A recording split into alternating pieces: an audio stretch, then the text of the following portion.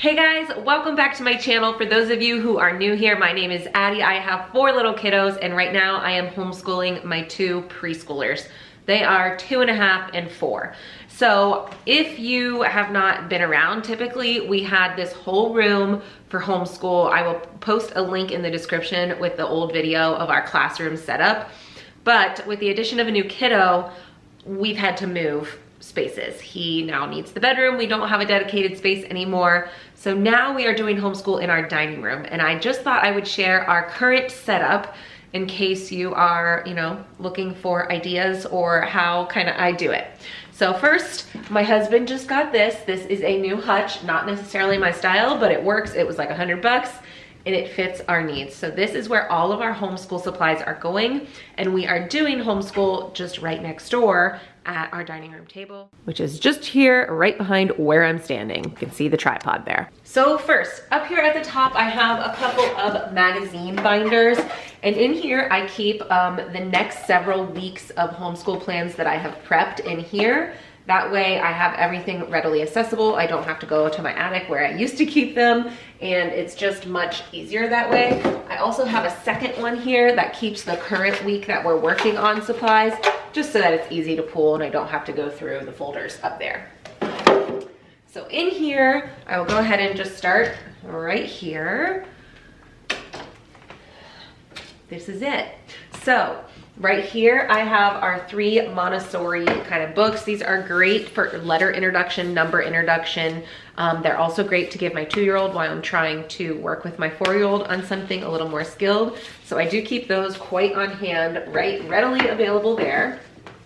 Next to that, I have 4 of these bins here. These, I think, were like, okay, they were $5 in the Target dollar spot. And I got a bunch of them because we use these in our playroom for toy storage, and then I have several here. These are just really great finds, I thought, for $5. But I have 4 of them. So 2 are completely emptied because I have room to grow in this cabinet, which is great. And of the 2 that are being used, they're kind of right here, and they are my math manipulatives. So on the bottom here, I have Unifix. We use these all the time in math. And then on the top here is my bears. So these are counting bears, and I have the cups here that you can do color sorting with, which is a great activity to give my 2-year-old while I'm working with my 4-year-old on something. And then in this zippered pouch, again, another great storage find. And I think you can only find them like back to school season at Target. They're $3. They're clear, zippered, nice pouches. I use them here for organization. I also use them in my playroom. Really love these, but they are hard to find. And in here I have our eraser manipulatives. So I have just like for our seasonal themes and stuff, these ones are Halloween. So I have pumpkins and little vampires and black cats. You probably can't see these very well, but that's the type of things that I keep in here. So our math manipulatives, what we will use for counting or patterning or, game pieces of sorts. And since I do themed weekly themes, I like to have counters or manipulatives that match that theme. So I keep those there. And if you have not seen my lesson plans and stuff, all of my themes are on my website. All of my lesson plans for those themes are on my website. So you can check those out if you are interested. Below these here, I keep kind of just my in general stuff that I pull out every day to do our schoolwork. This is anything pretty much that we would need. We have our dot markers, we have our markers, our glue and glue sticks, staplers, pencils, scissors, the works. Anything that we would need to complete a worksheet or something like that. And next to that, I have another bin here for our calendar work. If you've seen previous videos in our old classroom setup, I had a nice wall calendar, and now that we don't have a dedicated room, I really did not want to hang that on my dining room wall. I didn't want it to be the first thing people saw when they came into my house. So I've come up with a new system for our calendar, and I will show you. It lives kind of in between this wall and this hutch, kind of out of eyesight, but easy to pull out. And I just use our old dry erase calendar. I put sticky tack here that the numbers can stick to, And then on the back, I have our, you know, today is and weather and that sort of thing. So we just pull this out daily to be able to do our calendar work without being on the wall. Okay, moving on here in the middle is my alphabet activities. Again, I have a video that goes through just this binder, but if you have not seen it and are interested, it is basically something I use more with my 2 and 3-year-olds when I am doing letter introduction. I have dividers for each letter and activities that go with the letter. So check that video out, I guess, if you want to know exactly what goes in there. But this is something we use probably on a weekly basis. I have a 2 and a 4-year-old right now. I'd say probably I use it more with my 3s, but my 2-year-old loves this, and even my 4-year-old does. It's used often enough that I wanted to keep it right here, like on hand, right out in front. Underneath that, I have some of our math games, our Montessori math games. Most of these I get from Adina Montessori, but here is like our little staircase. It's our wooden kind of nicer materials. Yeah, Adina Montessori. So I can link that in the description too, in case you're interested. But that is what's in those two. And then this is just an extension of that. And so in here, I again have a couple of magazine binders, and this one houses all of my disheveled math type sheets. So for example, I have bear graphing, I have like a domino game, I have just, you know, random things that, like, if I need a math activity, I can pull out something from here. Likewise, in the back of this is my other magazine folder, and it's for English, literature, words, that sort of thing. So again, I can just kind of pull out an activity. This is my clip plate activity. It's case matching, and I can just pull this out and we can do a review. So then underneath that, here I have our microscope. This is obviously for science lessons.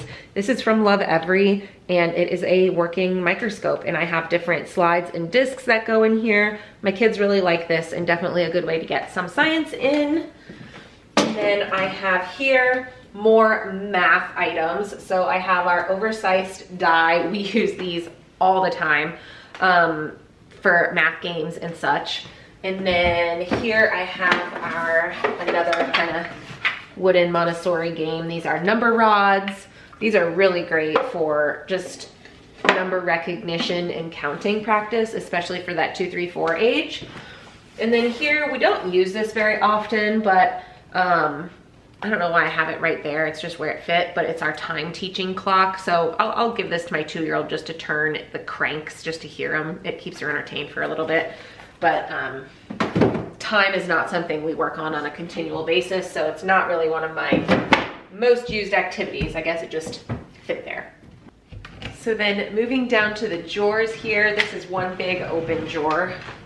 And in it I keep, this is our writing tray really. So it has this little pencil. It came from a Love Every kit. This is, if you're doing homeschooling and only have one Love Every kit you're gonna get, this is the kit you want. I think it's the Persister, but I'll link it in the description which one it is for sure.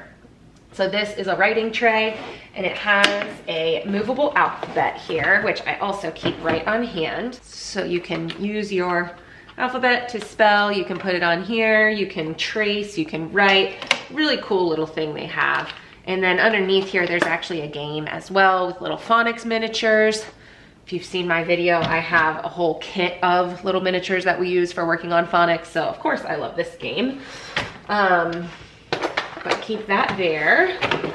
And then next to that, again, these are all of my kind of most used, I wanted to keep on hand items. So here is my magnets. These are game note letter magnets that we have in here. And there are magnetic dry erase boards in here too. So I have everything I need right in one spot to do this activity. I keep little clips here because we use a lot of clip and count cards for math. So I need these on hand. I also keep our sandpaper letters right here. These are really great for learning letters. And then let's see, what do I have here?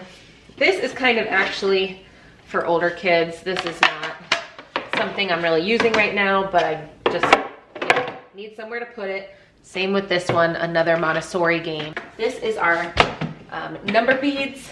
And this is our hundreds chart. I don't know if you can see it in here. It's our 100 board. It looks like this. It's a wooden version of this paper.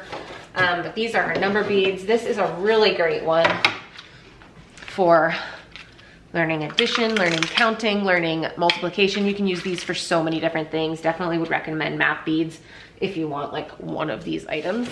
So then moving to the bottom half here, in here I keep all of our baskets that I might need for activities. So I keep those stored in there.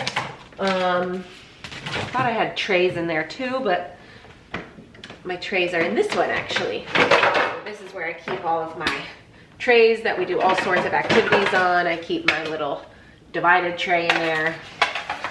We use these a lot.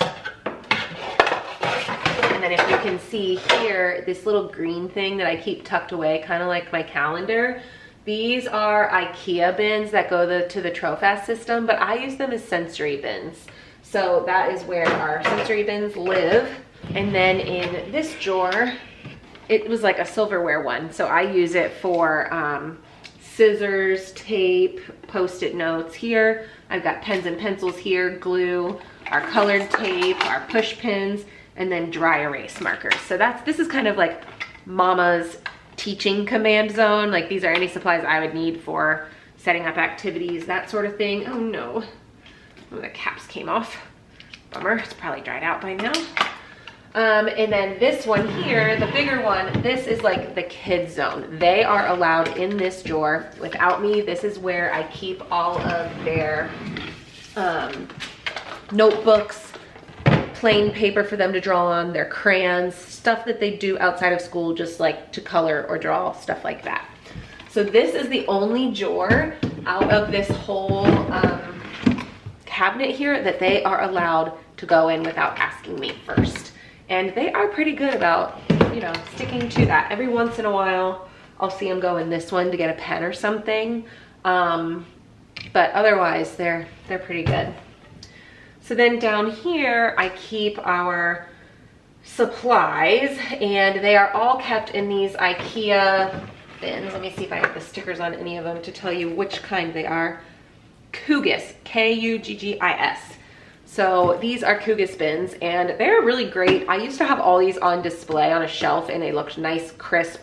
Now they're in here not seen, but if you're looking for kind of a bin to organize and look nice somewhere, these are really, I do really like these.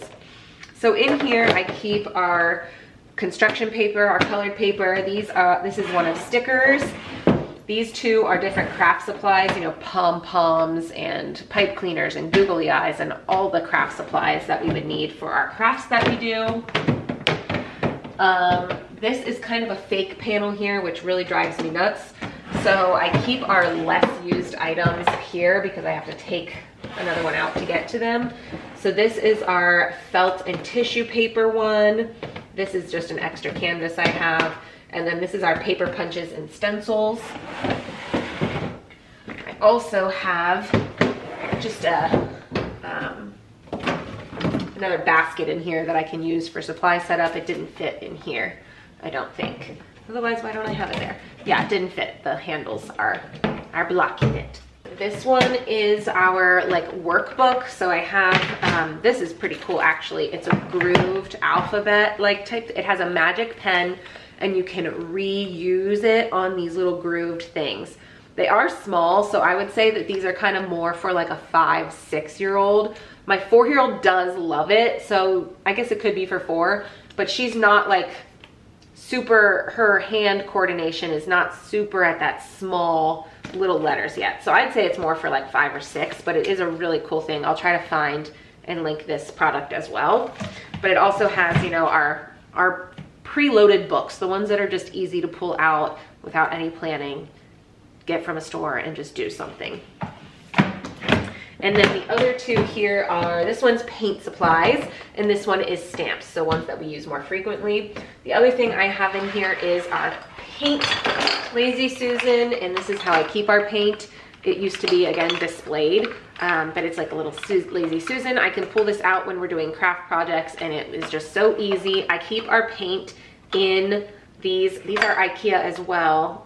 They're just soap dispensers like you would use for a bathroom. It helps keep the paint from drying out. It's easy to kind of pump and just put in our easel type thing, not easels, whatever they are, for painting our palettes. And then I keep the leftover paint that, you know, I don't have using, that's in our paint supply bin here. And that is our hutch. That is our homeschooling kind of mainstay. The only things I have somewhere else are our printer. That is over in the other room, and it's more with my desk. So my printer is over there where I would print our materials, and then the other thing I keep behind a radiator, behind a bookshelf so that my kids cannot get it, is our phonics little miniatures, because man, they love those and will dump them and just make a mess with them. So I really keep those hidden. So that's why they are elsewhere. Now, the other thing we do use daily that is kind of like a homeschool or like toy material for us is our sensory supplies. So let me bring you over. Here's our dining room table where we would do it. And right below our dining room table, I have these bins on this other like dining hutch here. This one is much more beautiful. But I have these two bins here, and in here is where I keep our sensory supplies. So this one is all Play-Doh related items. And then this one is all our other sensory. It has our rices and our kinetic sand and our tools that we would use for it, our other sensory bin supplies that we have. Just everything else is in there. So that's it. That's our new setup for our dining room. Hope that's helpful. All of our other like serving stuff, our big plates, our paper stuff that I used to kind of keep here instead is now either down the basement, or this bin here is still, you know, napkins, chargers, kind of paint smocks, other things that we would use like on a day-to-day basis. But I found that in general, we just don't use that stuff in our dining room that often, so I put it down the basement. So in case you're looking for a place to replace all of your dining room stuff with, just put it down the basement. You don't need it. Not really. Just kidding. All right, well, that's it for today. Hope this was helpful and you liked seeing it, and I will see you guys next time. Bye.